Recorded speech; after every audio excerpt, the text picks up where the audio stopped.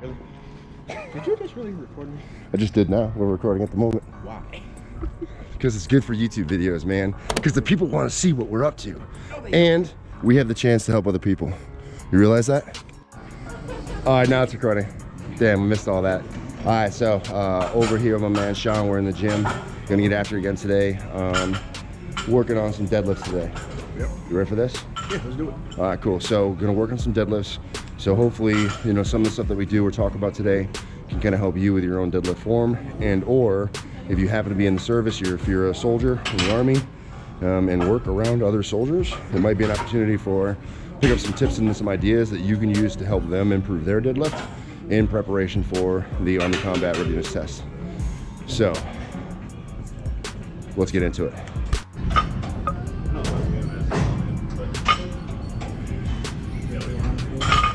Okay, so for you, I'm gonna try to have you sink the butt just a little bit more before you pull. So here, you film me, stand where I'm at. Is it filming right now? Yep. So as you're initiating the pull, your butt's kind of high. So you're kind of staying up here, and pulling from up here. What I'm gonna have you do is sink that butt a little bit and get the chest, try to bring the chest up. So butt down, chest up. Okay. And what you're doing is not focusing on hinging at the hip so much as chest. When you get that chest up, try to push the floor away from you. So imagine all you're doing is holding on to your arm and you're pushing the floor away versus trying to hinge at the hip to bring the weight up. So we're gonna try that next time. So sink the butt, bring the head up and the chest up. There you go. Push the floor away. How'd it go? 1, 2, good. 3, good. How'd that feel? I could a little bit more. A little bit deeper. A little bit different? Okay. So hard, when you make little changes on your deadlift, it's hard to really feel if you're getting much benefit from it if you don't have much weight on. So we'll keep practicing as we go a little bit heavier to see if that feeling, if it feels right or if it feels off. Because when you go real light, you can just muscle through it and it's not very hard.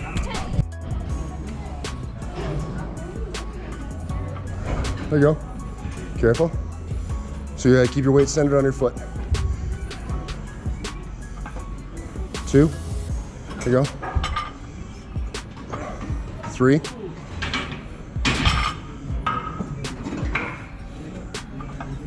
4.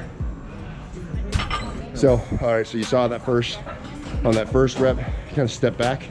So that is kind of a result of trying to lean back a little bit too far and not keeping the weight centered on the foot. So what you want is to imagine your foot is like 3 points of contact. You have your big toe, you have your little toe, and you have your heel. And you want to make sure that all 3 points of contact are like, you know, digging into the ground. And then if this is my left foot, you actually want to externally rotate too. So squeeze the glutes and almost imagine like you're going to externally rotate that foot. So good foot position, good ground is the basis from which you're starting your power. If you don't have a good connection with the ground, you're not going to be able to do much in the way of deadlifts. Imagine if we sprayed the whole thing with soap. It was a slippery surface. You know, would you be able to pull much off the slippery surface? Right, so all your power starts right at your feet.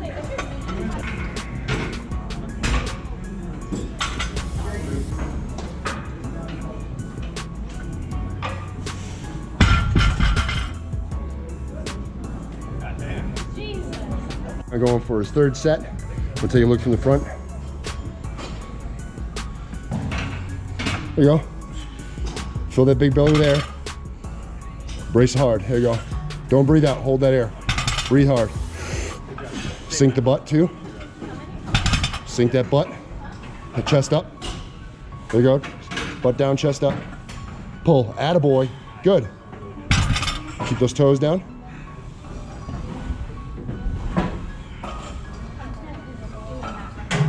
Nice. How's that feeling? Like a workout. Like a workout. So just trying to get him to move proficiently, get him to brace his core, right? So he can apply maximal force to that bar. And then the balance is an issue. So you got to work on his balance. But other than that, looking pretty good.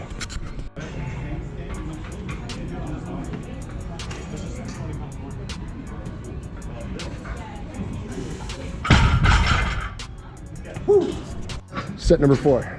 Oh my God, I'm sweating. Look at this. There you go. Good. That looked great. Okay, as soon as you start to crest the knee, squeeze your butt and push your hips forward. Squeeze glutes. Attaboy. Good. 2.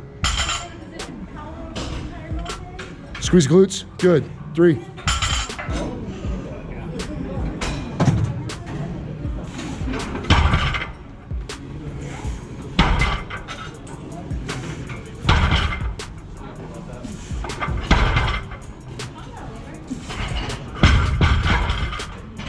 So we're in the workout, working back stuff, Yep. working our core strength and all that. And so I've had people ask me what I do for abdominal work, and usually my answer is I just squat, I deadlift, and that's pretty much it. But recently I have kind of been started to integrate something into my routine where I do a little bit of extra core work, and I believe this is really the only other additional thing for core that I would do aside from just the big lifts. And I'll demonstrate that right now.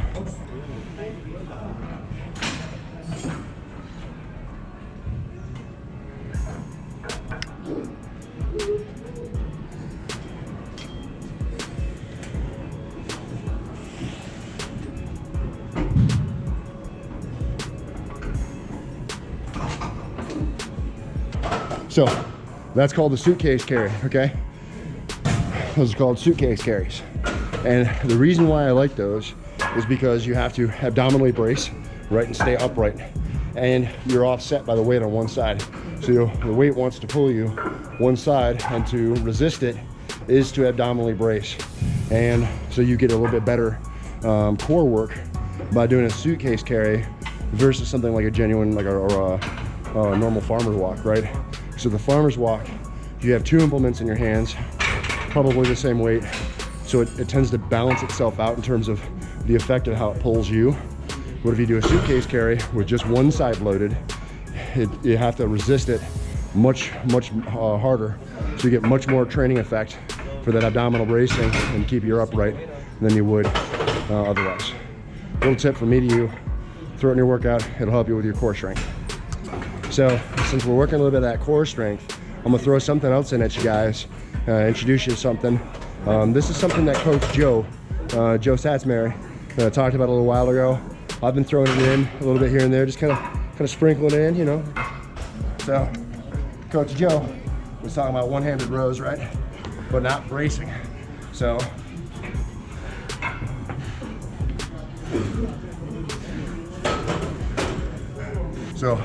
no bracing, no sitting on a bench or anything. You got to control that abdomen and keep yourself upright and under control.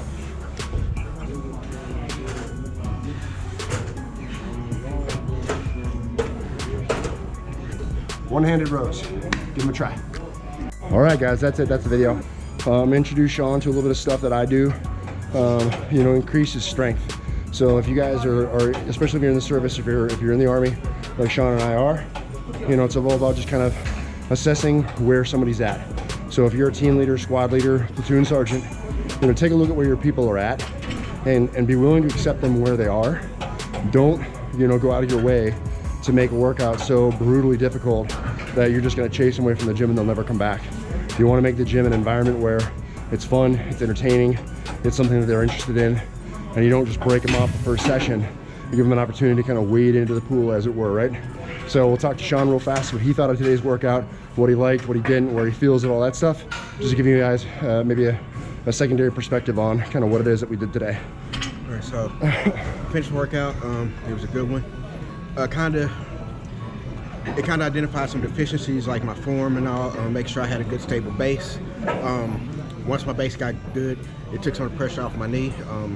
I have one bad knee, so I have to kind of nurse it a little bit.